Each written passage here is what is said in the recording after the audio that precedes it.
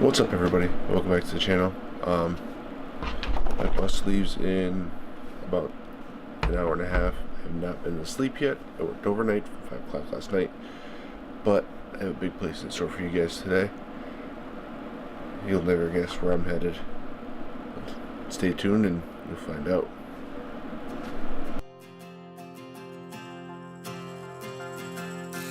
This is the hour, the darkest place. Dante's Inferno, the devil's maze.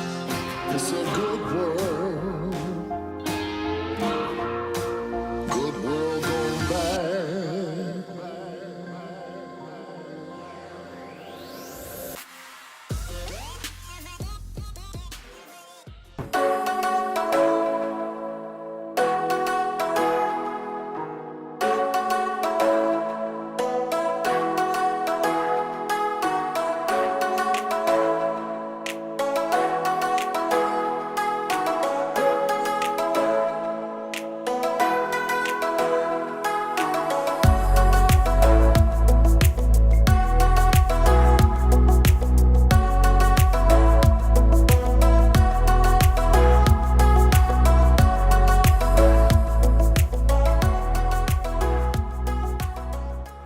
See, we're at 368, a place I never thought I'd ever make it, but not a lot of people here. NoSmallCreator collaboration, everybody getting together, hanging out. But that's how it's worked out.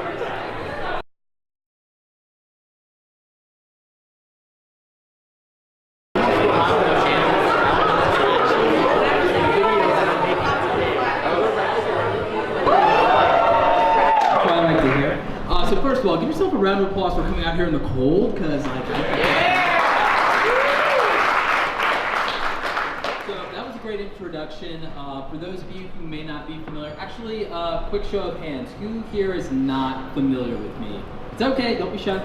All right, awesome, wow. That's super flattering that it's like almost nobody here is not familiar with me. That's cool, that's different. So anyway, my name is Roberto Blake. I'm a creative, I'm an entrepreneur, came from the world of graphic design and advertising. I think that gave me a huge advantage starting out on YouTube. Play to your strengths, people, play to your strengths. I cannot stress that enough. Today's talk is something that I think is the overall theme of my channel, always be creative. That is my motto, that is my philosophy in life, always be creative. Right? Now, a lot of you have heard me say create something awesome today at the beginning and the end of all of my videos. It's not just something that I say to motivate and inspire you. It is a life philosophy that I held, that I adopted during my time struggling with my own depression and my anxiety. And I think that ultimately it saved my life and my sanity, because I realized that one thing that I could control every single day is that I could create something. Whether anybody was looking, whether anybody cared, I could create something that I was proud to sign my name to at the end of the day. And that is something that I think really matters. I think as creators, a lot of you get discouraged very easily by the idea of the fact that you may not have an audience, or you haven't found your audience yet. But more important than finding your audience, you need to find your voice. And does anyone here struggle with like finding their voice? Do they not know what they want to create or what they want to do? Show of hands, and don't be shy, and keep them up. I want you to look around real quick. Keep those hands up. Understand that you are not alone, and that is not some unique struggle to you. Everybody goes through it at some point in their journey. So I'm going to tell you, do you guys want to know how you find your voice? You want to know? Yeah. Okay. It's actually simpler than you might think. Find something to yell about. Find something to scream about. Whether it's something that you're screaming about because you're excited, whether you're screaming because you're angry and upset and it's an injustice in the world, like the freaking iPod battery not working properly. And then you end up getting a viral video because we're here at 368 because Casey kept making videos about things that he was passionate about. Whether it was something they thought was unfair, like bike lanes, or Apple's dirty little secret with the iPod. It was him making something because he felt something. And guess what happened? It turned out that a couple of other people, sometimes thousands, sometimes millions of people, also cared. And nobody here is so, out there that you have an idea or something that 0 people are going to care about. It might feel that way in your head, But if you take a look around, the reality is that someone in this room cares about some of the same things that you care about. But I'll tell you what the problem is. Some of you are not going to trust in that, and instead you're going to try and make a video that you think other people will like, or that will be a viral video that will go big, or they'll be mainstream, or will be popular, when all you had to do was just remember to find your voice, and you'll find an audience of people that want to have that voice shared because it's the same thought in their head, you just had the guts to express it before they did. Imagine if every time you opened your mouth to say something, you weren't sure if anything was going to come out. Because that's what it's like to live your life as a person who stutters. Brian Sellers is my name, and I've stuttered ever since I was 6 years old.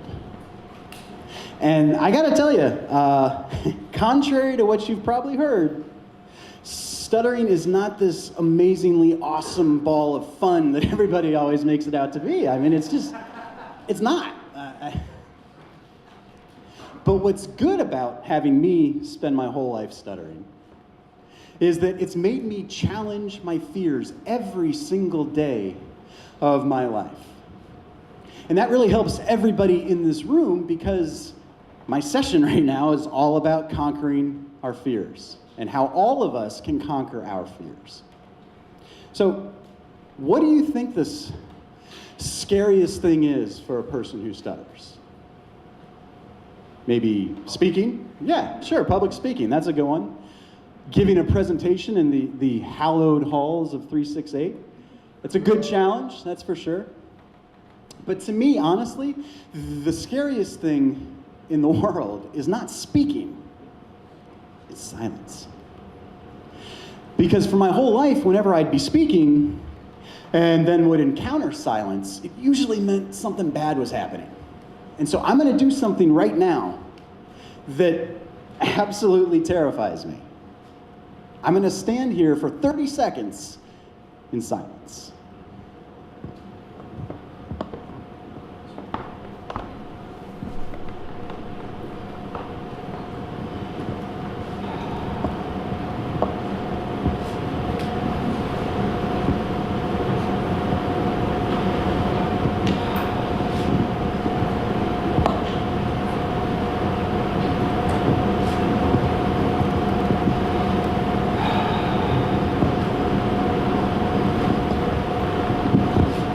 And 30.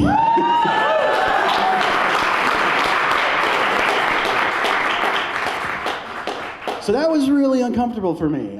It may have been uncomfortable for you, but I'm really glad that I did that because honestly, I knew what I was getting myself into. I've planned this out, but that was really, really scary for me. But I have to tell you, I feel amazing right now. I feel incredible. And I want all of us in here to feel incredible and to have that same feeling of amazingness. So I'm going to give you 3 steps that you can do in your own lives to conquer whatever fear you might have. To help us with that, I want you to think about what it is in your creative journey that scares you. Maybe it's walking down the street holding a huge camera with a Mondo fuzzy microphone pointed at your face, because that's not weird at all. Or maybe it's, as Levi was saying earlier, what's my family going to think about this? Or maybe it's the fear of rejection, like Swoop was talking about earlier. Whatever it is, just put that in your head and try to keep that there over the next couple minutes. So, I said 3 steps. And Roberto used an ABC moniker, and Swoop was talking about Glengarry Glen Ross, which is a fantastic movie. It just so happens that my 3-step process goes A, B, C as well. And no, we didn't plan this. But step A in conquering your fear is to acknowledge that you have that fear. That seems obvious, but it's not always easy to be honest with yourself and to be honest with other people that you do have that fear. For those of you who don't know me, I also run a nationwide Stutterers Helping Stutterers program called the McGuire Program. And back in August or September, it occurred to me that my speech was, I was having a bit more what we call turbulence. I didn't have the same kind of control over my speech that I generally do. And as the leader of the program, I kind of had a fear that I wasn't leading things appropriately if my speech was kind of shaky. And honestly, it took me a couple months to admit that to myself. But when I did, and I admitted it to other people also, all of a sudden I had all this power, all this agency to actually begin to do something about that. And that's a good thing, because step B is to begin to do something about that.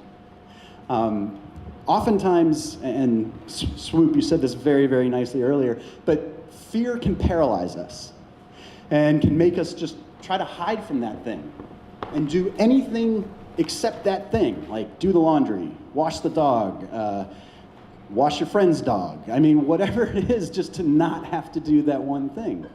So, but what we can do is that fear, we don't have to fear fear. We don't have to fear fear. We can use fear as a motivator and as inspiration to actually take action. And the easiest way of doing that is to create a goal and then to figure out what's the smallest, teeniest, tiniest, smallest step that we can take to start working toward that goal. It doesn't have to be a big step. You're just trying to create some kind of momentum at this point. So, as I said, in September and October, I was not happy with my speech. And so I resolved to, in the month of November, I was going to speak to 1,500 random people who I didn't need to speak to except to complete this challenge. And that was a big goal. I was like, I don't know, how am I even gonna be able to do this? But I figured out that the first, smallest, teeniest, tiniest step was to call 50 people on November 1st. So I live in Virginia. I called 50 Starbuckses in Los Angeles and just asked them very basic questions. What time do you open? Where are you located? Do you have any blueberry scones? Because I really like blueberry scones. And I'm happy to tell you that on November 1st, 2018, almost every Starbucks in Los Angeles had blueberry scones. So now you know something that you didn't know when you came in, so it's all been very valuable for you. But after I did that, even though it wasn't a very hard goal, I felt so empowered. Because before, I was just hiding. I was not admitting that I should do a little bit more. But now I had taken just the first step. I had momentum. I had the ability now to continue to affect that change. And that's good, because step C is to continue taking those steps. Continue to step outside your comfort zones, to challenge yourself, to go further than you did the previous day. And it'll feel uncomfortable.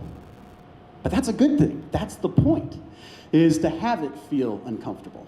And you'll have successes, which feel awesome, and you'll have failures, which don't feel as great. But the thing about failure is that failure is really, truly, and I'm not just saying this, it's really just a springboard to a future success that just hasn't happened yet. So in doing this over the next month, I would speak to people on the phone, I would talk to people in real life, I would talk to groups of people. I would even walk up to groups of people in a shopping mall and stop them and say, hi, I stutter, and I've set this challenge to speak to 1,500 people in the month of November. You're number 883, and thank you very much. And they thought that was awesome. They thought that was so cool. So at 10 o'clock at night on November 30th, I completed my 1,505th conversation with somebody. And I felt amazing. I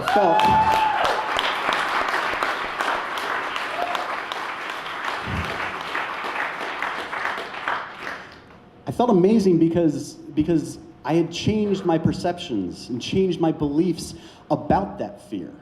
I had truly conquered that fear. I had a huge amount of confidence. My speech was very much back on track.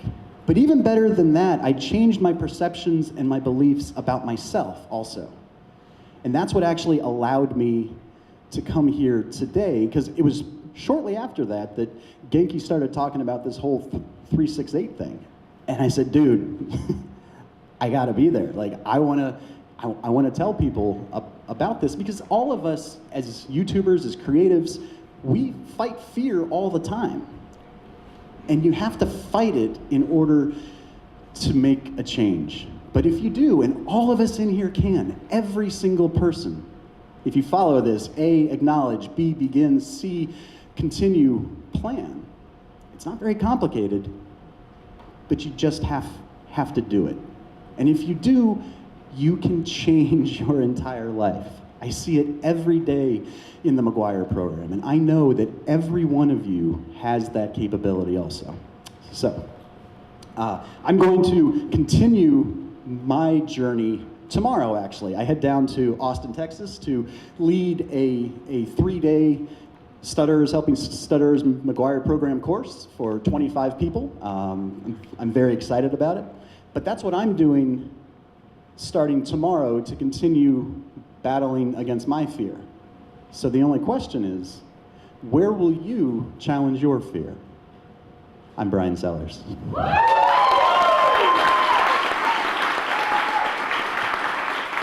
Thank you, Brian. Like top 3 things I learned last year, you know? Like, who hasn't seen that video? But then I was like, what if I just tried to just tell them every single thing that I learned, you know? So my name's Cody Wanner. I just came off a year of daily vlogging. And so I did 365 videos in a row. It was actually a little bit more, because one day I did 3 videos in the same day just to, like, you know, just to see what that felt like. And it was a rush. I started the year with 111 subscribers. I actually started my channel in 2006 when I was in college, making weird videos that are still there that you should look at.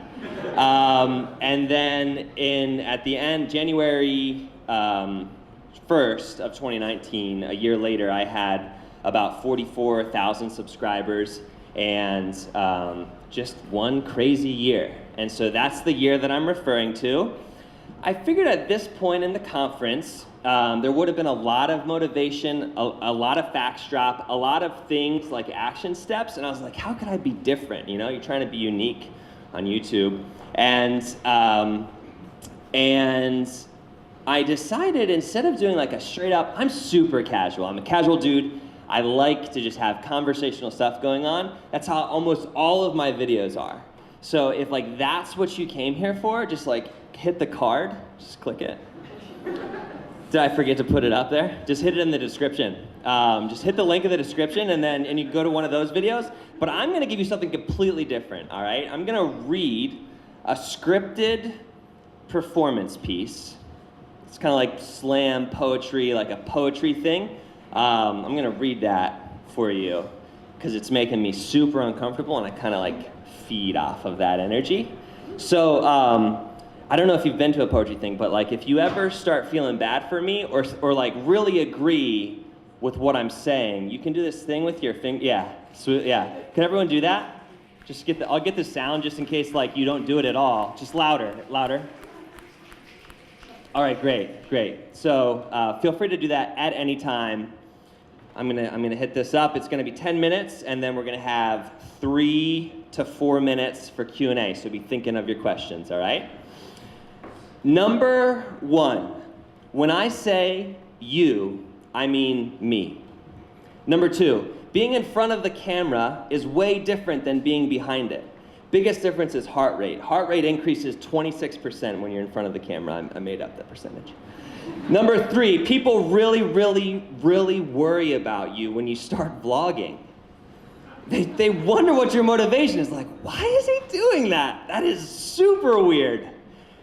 Number 4, this makes you wonder and kind of worry about you. Like, what is my motivation for doing this?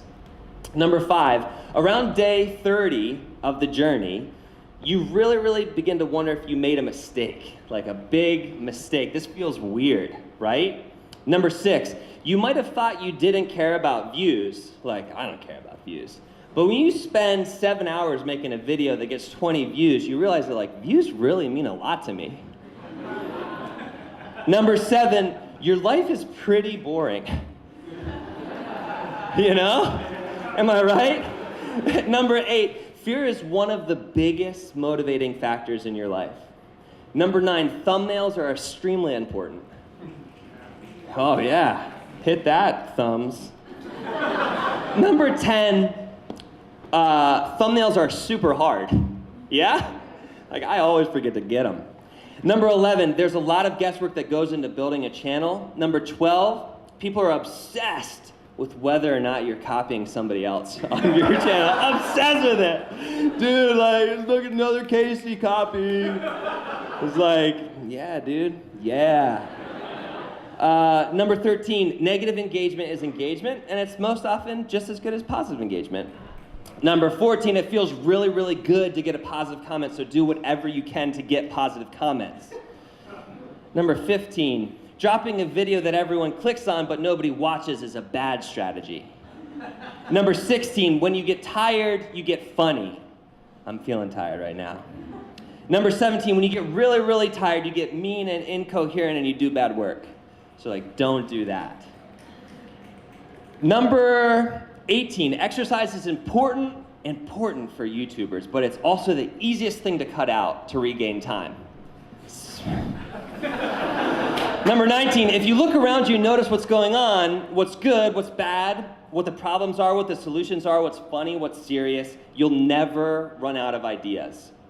Number 20, you will get way more ideas for videos than you know what to do with, and that's completely fine. You just write every single one down. Writing the ideas down makes you relax into knowing you have a bank of ideas that you could always make at any time, and then that frees your brain up. This is like a legit secret that you should take a note on. Frees your brain up to actually focus on the stuff you really want to make videos about. So write stuff down. Number 21, make the videos of the ideas that make you smile, make you mad, make your heart beat a little bit faster. Roberto, I promise I planned this before you just said that a second ago. Not copying. Number 22, daydream as much as you want, but be sure to write something down afterwards. Number 23, it's a good idea to make a video about how you make videos so much, like daily vlogs, without losing your mind, your spouse, or your job. Number 24, you will say things in videos that you later disagree with. Number 25, that is 100% okay. Correct your ideas as you see fit in a later video, but sometimes it's okay to just let it go.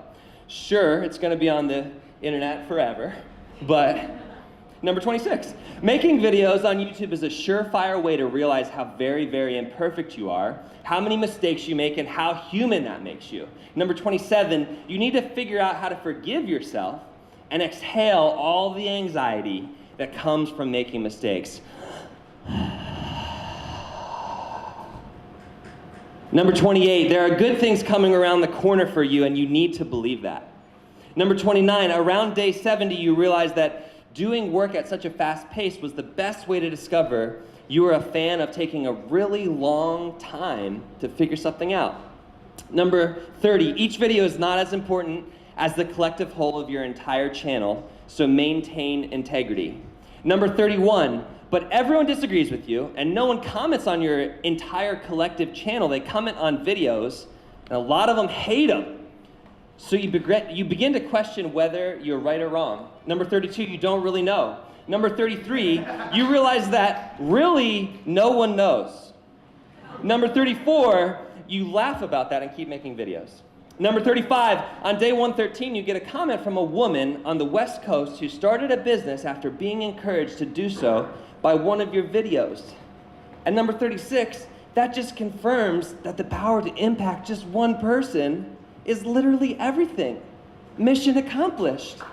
Number 37, but you don't stop, you keep going.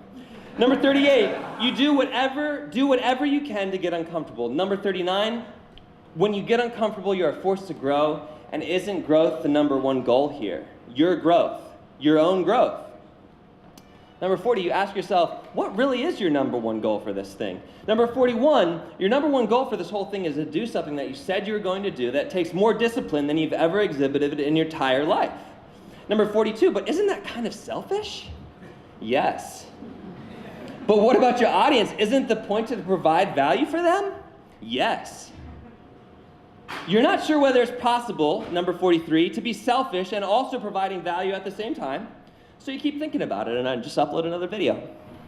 Number 44, you realize that you have never allowed yourself to possibly be completely wrong before for so long without making a change. Number 45, you relax into that fact, and in order to accomplish what you set out to do, some things may slip, but you decide that that's okay as long as you keep hold of the most important thing, like your family and your love for others. Number 46, you tighten your circle of whose opinions you actually allow to affect your actions.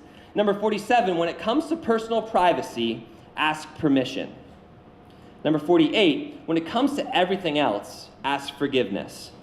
Jot that one down. I gotta not turn my phone sideways. 49, you realize video is so much more powerful than you ever gave it credit for. Number 50, because of the power, you realize you have an incredible responsibility to make sure you get it right. Number 51, but you get it wrong so much. Number 52, remember that everyone you see being successful on this platform has put years and years of work into the craft that they are now performing on their channels, not copying Roberto. Number 53, everything is really, really hard. Number 54, one of the hardest things is loving what you do so much, but still needing to be a realist and an adult. Number 55, similarly, you feel guilty for loving what you do so much because no one else around you loves what they do as much as you love what you're doing. Number 56, you get so super passionate about this thing that it becomes almost all you can see. Number 57, you pull back and ask yourself if you become unhealthy. The answer is yes and no. You keep making videos. Number 58, soon being in front of the camera is easier than being behind it. Number 59, you realize how much you still have to learn, even though number 60, you're constantly looking back, amazed at how far you've come. Number 61, as you look back, you realize you do want everyone to like you. And number 62, you come to grips with the fact that that's okay because people are weird. Number 63, that said, you don't allow them not liking you to keep you down, and you smile and you think about how good it is for the algorithm. Number 64, you do want to be famous, and that's okay because number 65, you've learned that it's okay to be wrong, even for a long time, because you know how to change your mind and apologize if you see fit and move forward and keep making videos. Number 66, being wrong for so long makes you feel small, but you remember that you are not small. Remember how powerful you really are. Number 67, it feels like a whirlwind, overwhelming at times and full of stress, but you smile and laugh and just keep making videos. Number 68, you meet incredible people, both online and off. Number 69, you make dope videos with them. Number 70, you feel even stronger desire to see those friends succeed than you have ever before. Number 71, everything feels so close, like you're just one step away from getting it. And number 72, also incredibly out of reach and unattainable. Number 73, you sit back down and you ask yourself, why am I really doing this thing? Number 74, you realize you need to make that some sort of daily ritual. Number 75, you remember the power of that woman who you encouraged to start a business, and you want that for everyone else, both because you want it for you to feel it, to feel that acceptance, to feel good about encouraging all those people, and for them. Number 76, you want it so bad, but you realize that's not really helping anyone. Number 77, you sit back down and you say to yourself, 78, I should remain calm. 79, I should apologize if I see fit but keep going. 80, I should be confident I am doing good work. 81, I am so grateful for everything I have, everyone I've met, and all that is to come. 82, you fall short more times than you win.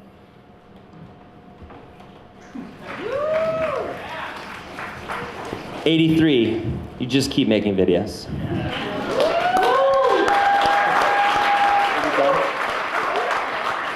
Just do it. Just make things. We've all got the tools in our pockets. We're carrying them everywhere. Just start doing things. Go. And I don't think that's necessarily bad advice. I just think that it's incomplete.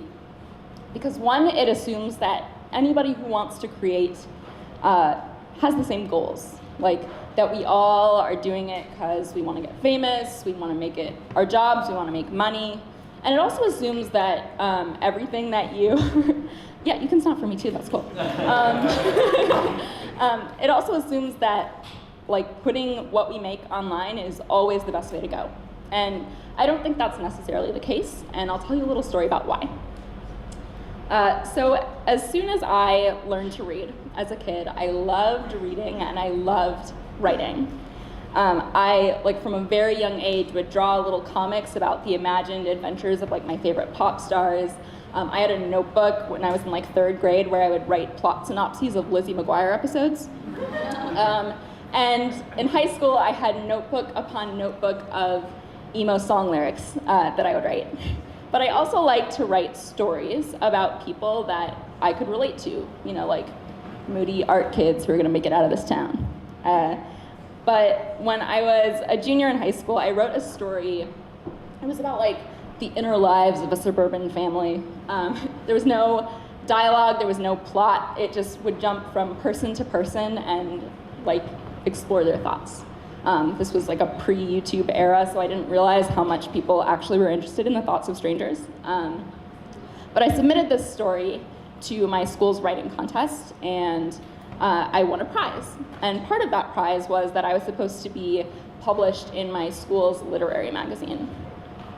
However, the editor of that magazine, one of my classmates, like hated it and launched this full-on campaign to not have to run my story in this like self-published like high school literary magazine, right? He like would go around and like trash it to my friends. He tried to like have the other kids who worked on the magazine like vote on not having to include it. But it ended up having to go in there anyway. Even though he was like insisting still. He was like, it's not even a story, it's a vignette. Like, who is this kid, right? But what happened is I internalized that. I didn't write another thing that wasn't like a paper for school for the next 3 years. Like, I could be 3 years worth of work better at writing than I am now, but a boy was mean to me, and I listened to him. So everybody has an iPhone and a dream, but like when you start out, that dream is kind of fragile and you need to protect it. You're still finding your footing and you need feedback to improve, but when you first start out, a lot of that feedback is still internal. Like if you watch what other people are making and you're making stuff too, you know you're not there yet. You don't need some stranger on the internet to be like, hey, I think you suck, and also you're ugly, and also like you should die. I'd like you to be dead. The whole just post stuff, start showing your work right away, like imperative comes from this idea too, that like we all want this to be our jobs, because if you want to be a YouTuber, you want to be a writer, you want to have a really hard time explaining to your parents what you do for a living, then yeah, at some point you do need to put it online, because like how do you monetize something that no one's ever seen? But also, you don't have to monetize it. Like, I have a full-time job. Making videos is not what pays my bills. But I'm also lucky, I think, in that I actually really love my job that I do during most of the day. I get to help politicians use the internet to get people to vote, which I think is cool. But like, even if I didn't have that, I feel like having a full-time job and a place that pays my bills is like a really lucky thing, because I too suffer from the like 2019 era tendency to be like, oh, a side hobby that I really like, how do I get this to pay my dental bills? But it doesn't have to. Like, we don't have to always do that. It's nice to be able to make money from YouTube, but I'm also glad that I'm not worried about paying rent, because the kind of stuff that I really love, that I really want to make, like, isn't especially popular. So I might have to start making things differently to like please the gods of the algorithm, and then I wouldn't enjoy it as much, and it would just be another job. But right now, I don't have to always like be adding my hot take to the human centipede of content just because I think that that's what people want to click on. Human centipede was too far.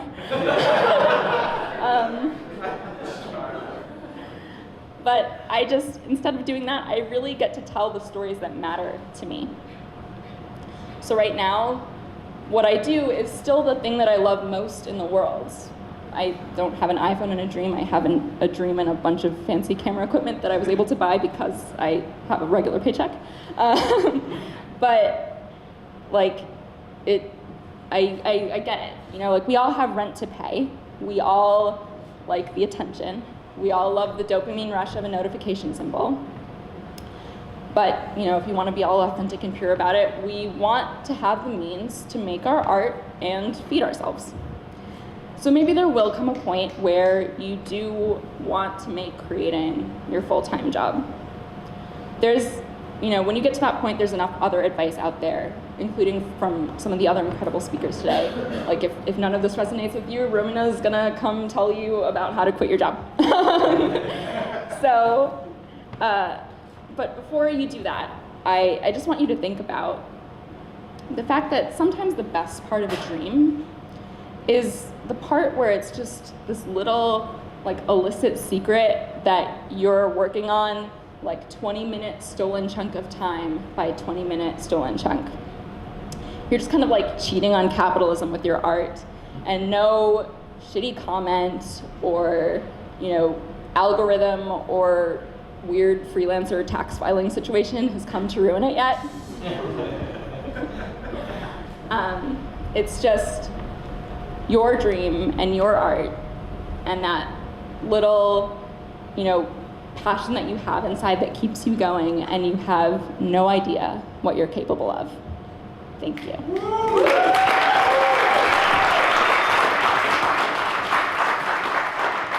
Thank you. Taylor Banky, everyone. Died any second now, so Cody, you should have done 73 instead of 83, because now we're all here not able to give our speech. Thanks very much, buddy. All right. So first of all, show of hands, who thinks they suck? Hands up. Okay, that's pretty much everybody. And my hand too, and that's great, and we'll hopefully convince you why. But first of all, who are we? So I'm Becky, and this is Chris. And most of you guys probably don't know who we are, and if you do, you probably just Googled us 5 minutes before walking in through the door. So instead of telling you about us, we're actually going to show you a little video, because our trailer that's on YouTube's is very out of date. It is. I think it was like 2 years old when we first started doing YouTube seriously. Yes. So we just made a quick little update. I don't know if everyone can see it here. I have to click this play again. A lot has changed since our last YouTube trailer, so here's a brief overview of us. We're Becky and Chris, a married couple from St. John's, Newfoundland, Canada. I'm a graphic designer and photographer. Chris is an interventional radiologist and pilot. In 2016, we moved from Newfoundland to Vancouver for 1 year and started a vlog to document the journey. One jump off a tandem bike ride and a few drone crashes later. The drone's in the water right now. Long story. We found ourselves in Buffalo, New York.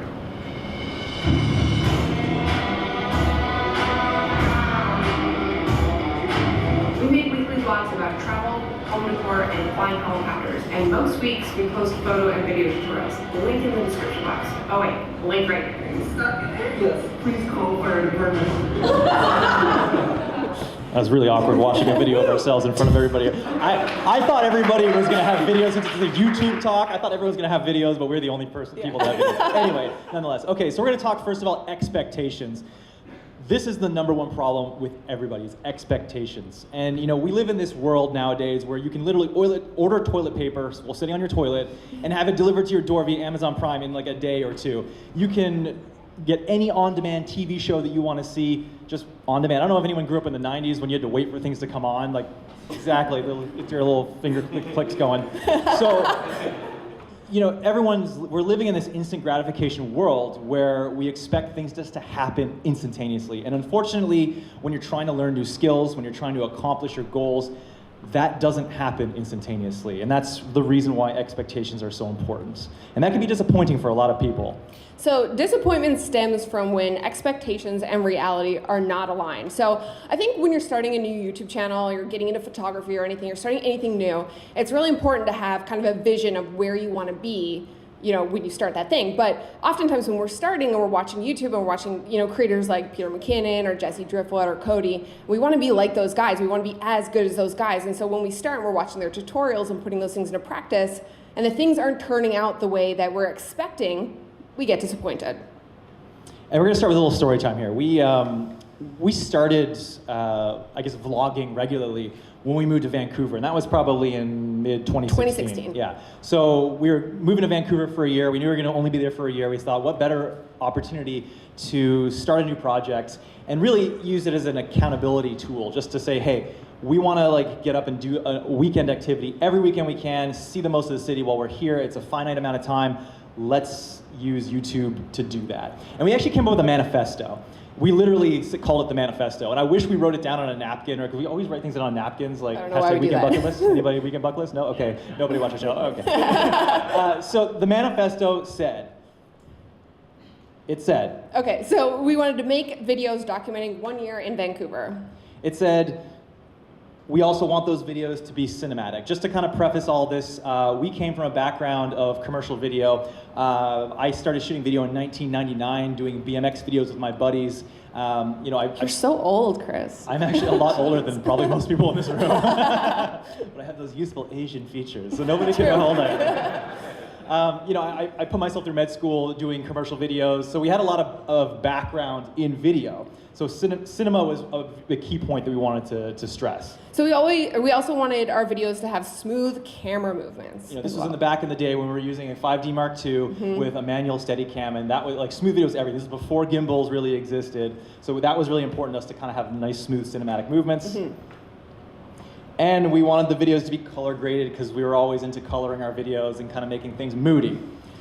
And so when we started putting that into practice, things did not work out like at all. Like it was brutal. So yeah, things weren't really going as we envisioned. You know, coming from that video background, we had these expectations that it was going to be good. We were going to have good videos, and we had the knowledge to make videos, but we actually really sucked at making YouTube videos. We were just like, man, we suck. We're terrible. We're so the bad. Worst. Yeah.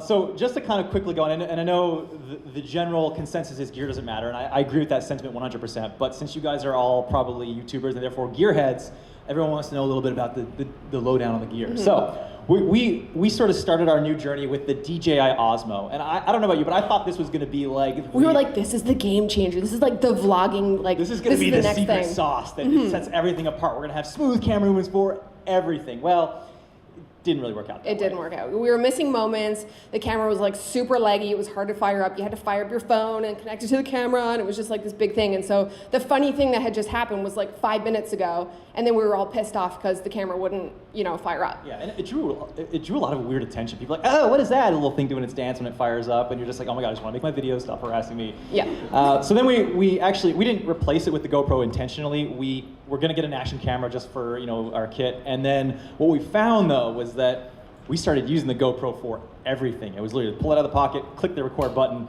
and that was that. And then all of our videos just turned into GoPro videos, which in no shade to anybody who uses GoPros, it's a good tool. I've seen great videos made with them, but it wasn't in line with our original mantra. Or our original manifesto, I should say. So we lost the cinematic feel, so we decided to rent the Sony a7S II, quickly fell in love with it, and bought it.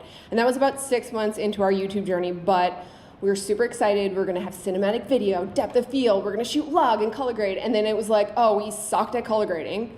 It was like, yeah, a struggle. Yeah, and we're still kind of working on that. And then it was like, oh, now we need to figure out, like, how do we tell a good story on YouTube? What is our videos going to be about? And how are we going to hold the interest of those things? So we had to work on color grading. We had to work on storytelling. We had to work on making our editing better and figuring out all those things. So it really took us 6 months from when we started vlogging to figure out what camera actually worked for what we wanted. And then beyond that, it still took like 2 years and counting to, nail down the skills. Yeah, so this is an evolving thing. So it comes down to our sort of our main statement here that it's okay to suck. And in fact, I would actually venture to say that it is good to suck. Because if you think you suck, that means that you see a difference between where you want to be and where you are, and you can use that as motivation to sort of fuel your fire. And I know that a lot of these talks are actually starting to blend in together here, but that's almost sort of a theme here, is that everybody's going to suck. And take that with a grain of salt and use that as motivation. Okay, so how do you deal with being shitty? That's the question I asked someone. How am I going to deal with this? How did you deal with being shitty, Becky? Well, it's really difficult because, like, first it's like, okay, you have to realize, like, my videos aren't where I want them to be. So instead of quitting because you get down on yourself for not being so good, how do I fix that? How do I go ahead and learn and get better and improve? So, it's hard to have those expectations. Yes. But so we put together 5 sort of little key points, key tips here, takeaways, if you will. Number 1 is stop comparing yourself to others. Like, honestly, comparing yourself to other people is literally the thief of joy.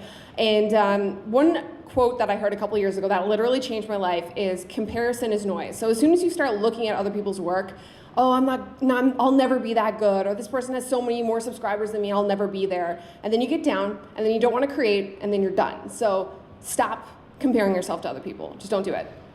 Number 2 is adjust your expectations. And this is something that was key for me that I found. It is a lot easier to adjust your expectations than it is to adjust your skill set. Because skill set takes time, and unfortunately there's no hacks there. You just have to keep practicing, be dedicated. But if in the meantime you can adjust your expectations, you're more likely to stick with it because you're not going to be depressed by it. 100%. Number 3 is strive to progress. So, make the video, analyze the video, figure out what can improve, and then fix it on the next one. And just keep going with this process, and just keep trying to get better and learn new things. Number 4 is self versus self. Don't compare yourself to other people. Compare yourself to yourself and use that as a tool to see where you've come from. Progression, as we've said, is so slow. It can be easy to get down in the dumps because you think you're not progressing, you're not getting better. But I'll say, look at your first video you made last year, and that will show you how far you guys have come. And if you don't have a video from last year, it just means you haven't been doing it long enough. And not to be harsh, but that's Make a year's worth of work, and then reevaluate. Number 5 is stop obsessing over the numbers, especially if you just start. Nothing is worse than, I think Cody said it, or one of you guys said it, all the talks are blending together, but you put hours and hours and hours into this video and you put it up and 10 people watch it and no one comments on it and you get 0 more subscribers and it's like, oh shit, like I just put so much time and effort in this video, so just don't even look at it, especially when you're starting. Yeah, and kind of on the theme of stop looking at the numbers, everyone pulls up whatever metric tool they use, and they see this graph. And do not live your life by this graph. Do not let this dictate your mood, because when you're here, you're feeling great, but when you're here, you're feeling real bad.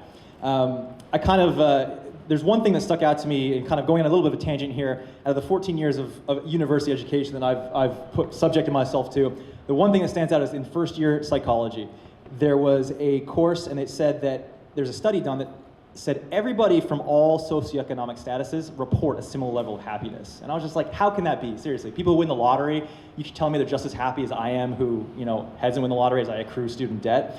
But it's true. And you get used to your baseline. You win the lottery, that's now your baseline. And everything else from that will pale in comparison. So if you raise your baseline to here and you're going day by day, your mood will be an emotional roller coaster. And if you only have 2 peaks that look like this out of 30 days in a month, you're only gonna be happy for 2 days of that month. So the sooner you realize that and how bad it is when you're riding these highs and lows, just divest from the metrics as much as you can. That's kind of my advice there. The other thing to take away from this is don't let these ups and downs dictate your content either. Make what you like to make, and the authentic subscribers will come. There's so many times you look at, you see your numbers do this, and you're like, oh, well, whatever video I posted right here must be bad for the content. Oh, I'm going to stop posting that kind of video. But then all of a sudden you're doing it for somebody else. You got to do it for yourself.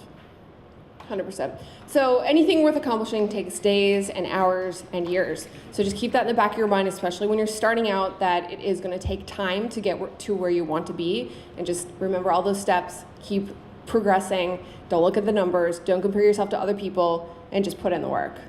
Remember why you did it and put in the time. Mm-hmm. We are Becky and Chris.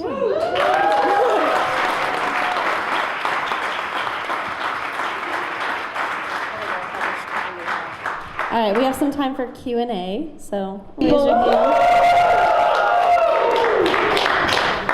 And I look so ridiculous holding this thing up here. Video micro convention, I was the only one who decided to bring the camera on stage. But this is my dream. This right here. This camera that basically fits anywhere without this thing.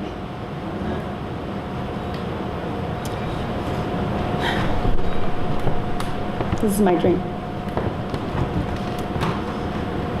I want to start off by thanking all of you for being here today.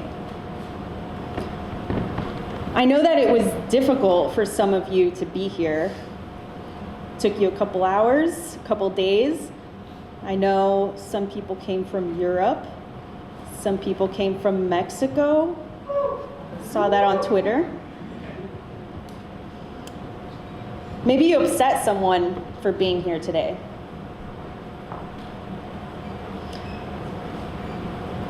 Actually, I want you guys to thank yourselves for being here today, for taking that step, for going out of your way for being here, especially, what is it, like 7 degrees outside? It's ridiculous. Next time we're doing this in spring.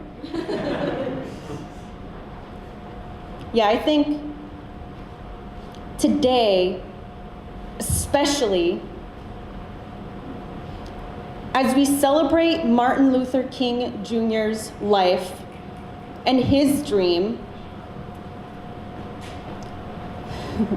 yeah, I think today I want to thank you specifically for being here.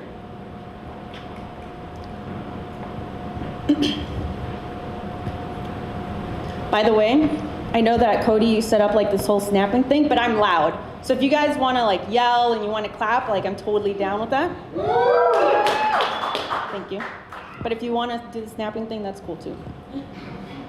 So how many of you are currently working at a job that you love? Raise your hand. Not a good percentage. Okay. So let me ask you this. Do you think that it is possible to make a living doing something that you're passionate about? Just nod your head. Okay, that's a lot better than the last question. So this is where Reject 9 to 5 comes in.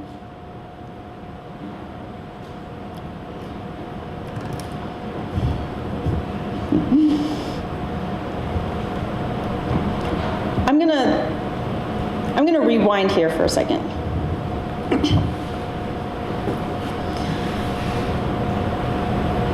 Picture a girl, 5, 6 years old,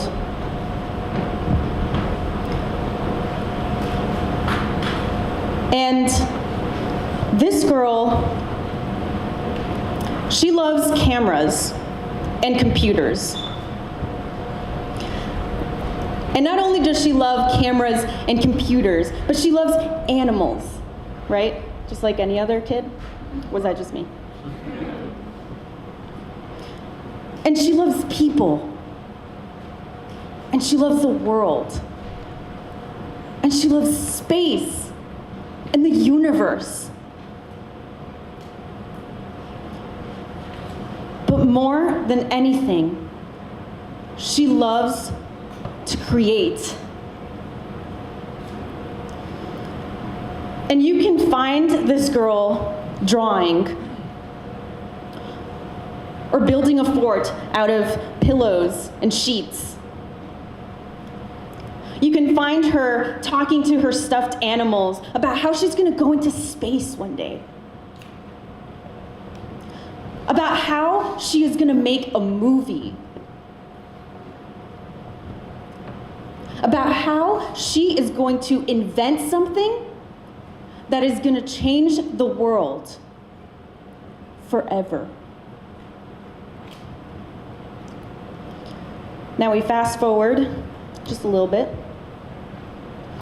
and this girl is now 13 years old. And she is weird.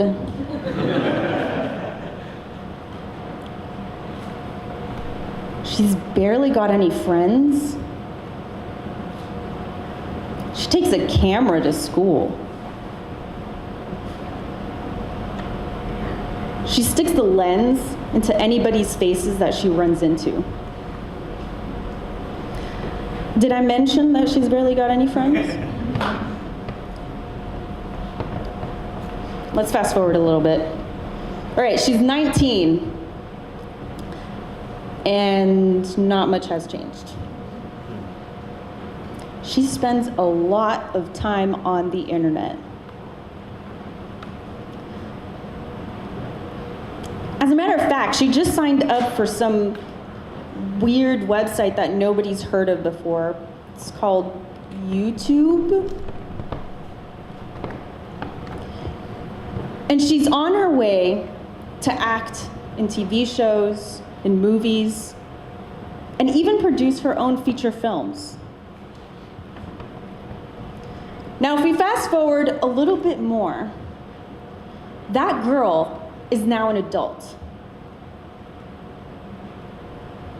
Sort of. And that adult is here at 368 to tell you that a dream is just a seed. And that seed needs to be nurtured. That seed, if you want that seed to grow, you know what, forget about the seed analogy. It's a little bit tacky, and I ain't about that life. I also don't know where I was going with that, so.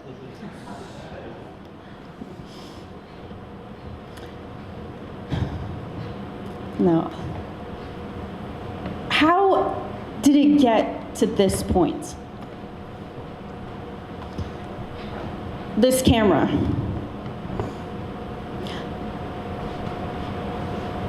My livelihood. My dreams. My passions. My memories.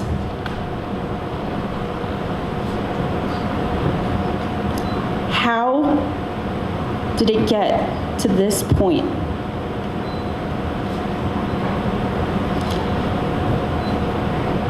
Well, I'll tell you.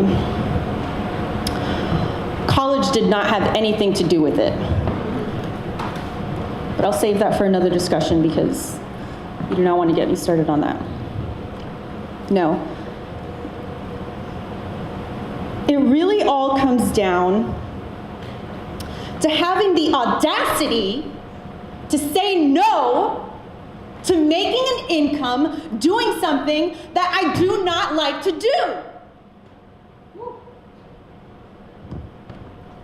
Ladies and gentlemen, may I introduce you to a Capricorn? But I don't want this to be exclusive to Capricorns. Are there any Capricorns out there? Paula?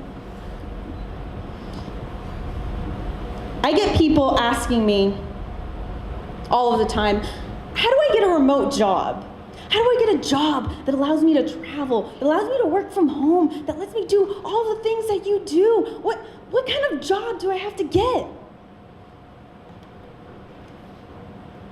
And my response to that is simple. My response to that is wrong. You're not asking the right question. It's not about what job you have to get. It's about what job you're gonna make.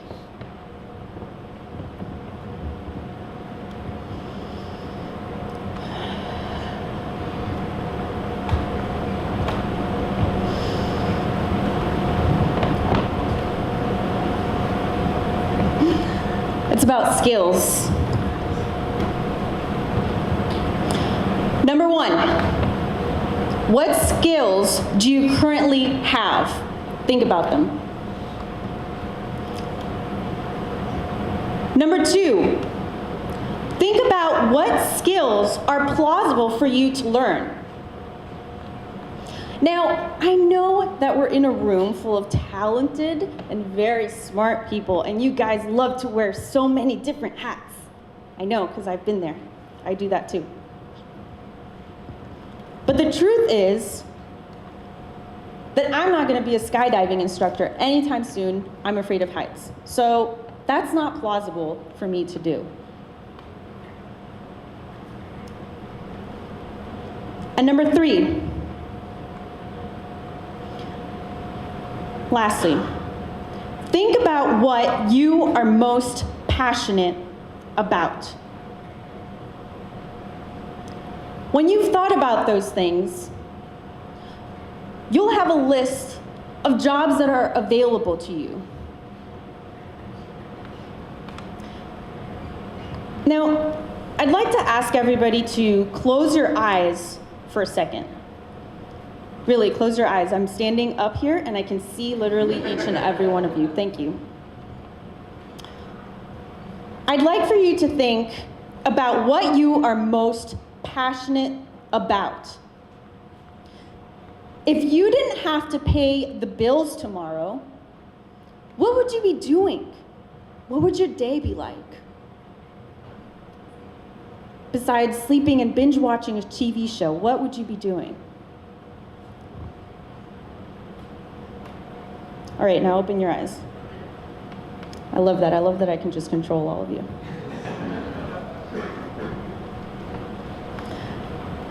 Even if you think that your passion is not a job, it is one. Because you just made it one.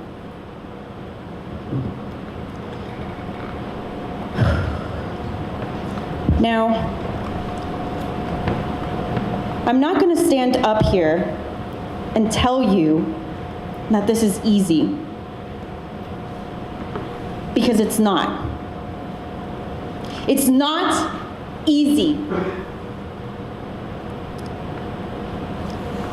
Rejecting the 9-to-5 is probably one of the most difficult things that a creative can do. You have to make so many sacrifices in order to turn your passion into a living.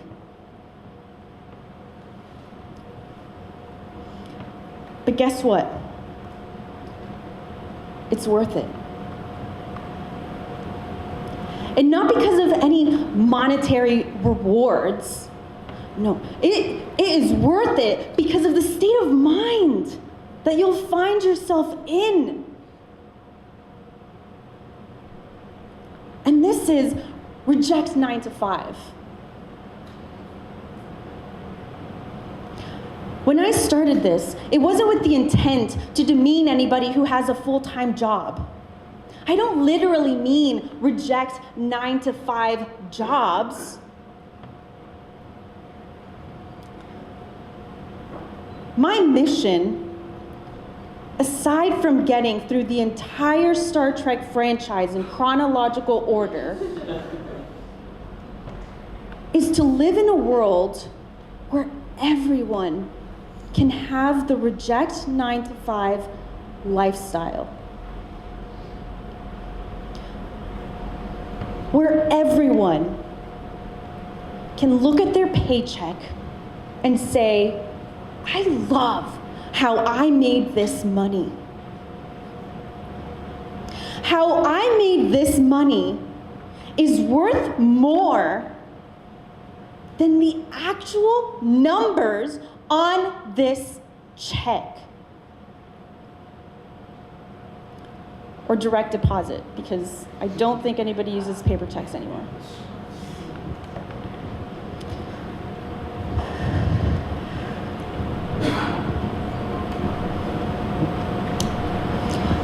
I hope that all of you will go home tonight, or your hotel, Airbnb, friend's couch, whatever. And I hope that you will think about how you will act on this. And not just this, but everybody that you heard here today had really important messages. And I hope that wherever your head lands tonight, that you can take a moment to really digest everything that you heard here today.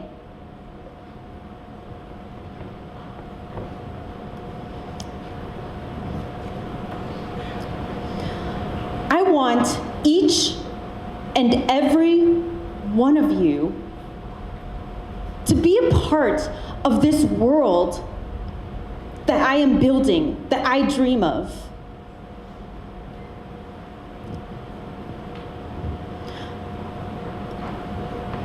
I'm not just a storyteller.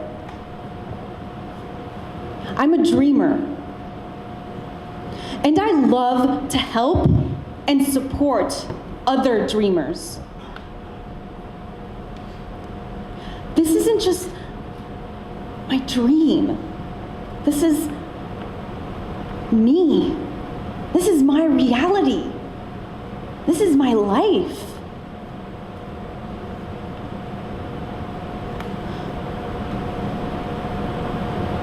One of the most important things that you need in order to survive this wild ride of a creative journey that you've embarked on is community.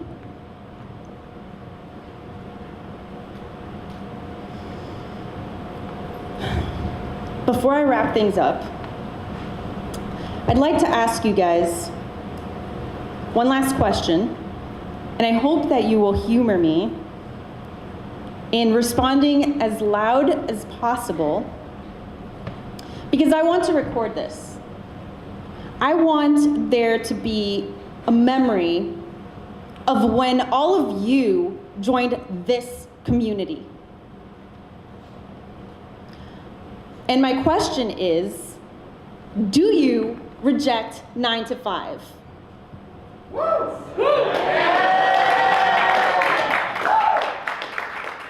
Thank you guys so much for humoring me. You guys are awesome. If you would like to be a part of the community that I am building, then head over to redromina368.com.